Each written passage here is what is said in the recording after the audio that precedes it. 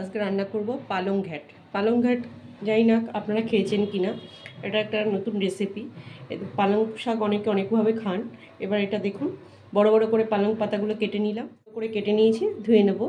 আলু ডুমু ডুমু করে কাটা হয়েছে, বেগুন ডুমু ডুমু করে দিয়েছি, একটু গাজর দিয়েছি, সিম থাকলে সিমও দিতে পারেন আপনারা, আর কুমড়ো নিয়েছি। আমার কাছে সিম নেই, তাই হয়তো আমি সিম দিইনি, আপনারা চাইলে সিমও দিতে পারবেন। দিয়ে দেবো, আপনারা চাইলে সরষের তেলও রান্না করতে পারেন।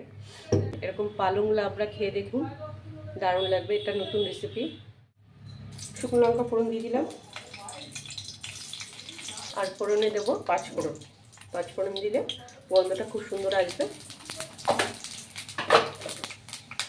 আর দিয়ে দেবো 3টে কাঁচা লঙ্কা।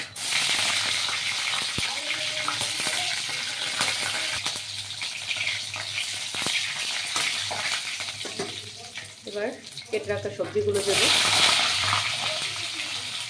সব রকমের সবজি আপনারা দিতে পারেন, এখানে যেরকম কিছু সবজি দিতে পারেন।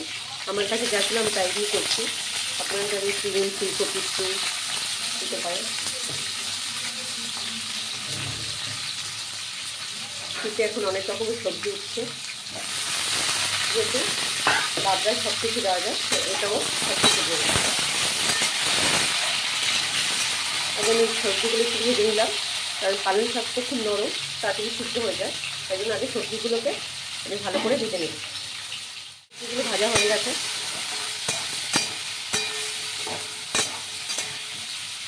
এবার দিয়ে দেবো পালং শাকটা।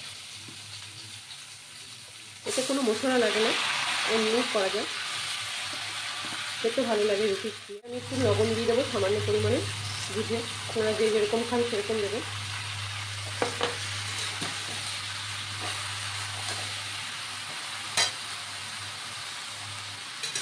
পালং শাক খুব তাড়াতাড়ি মজে যায়। দেখুন,